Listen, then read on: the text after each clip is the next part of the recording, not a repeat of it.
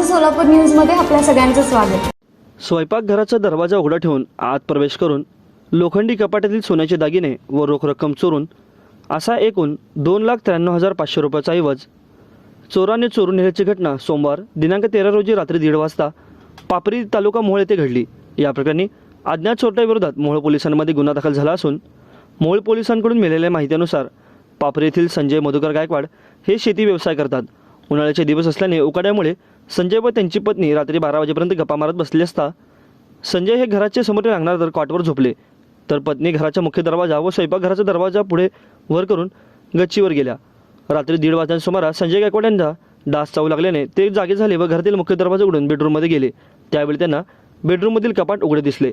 त्यांनी ही घटना पत्नीला तात्काळ सांगितली असता त्यावेळी दोघांनी खोली येऊन पाहता कपाटातील 4 तोळे सोन्याचे मोठे पदक असलेले गंठण, एक लहान गंठण, डोरले, मणी व कानातील फुले तसेच जुबे व रोख रक्कम 38,500 असा एकूण 93,500 रुपयांचा ऐवज चोरट्याने चोरून नेला। या घटनेबाबत संजय मधुकर गायकवाड राहणार पापरी यांनी मोहोळ पोलिसांमध्ये फिर्याद दिली असून अधिक तपास पोलीस उपनिरीक्षक साने हे करीत आहेत। माझं सोलापूर न्यूज या यूट्यूब चॅनलला सबस्क्राईब करा आणि बेल आयकॉन प्रेस करायला विसरू नका।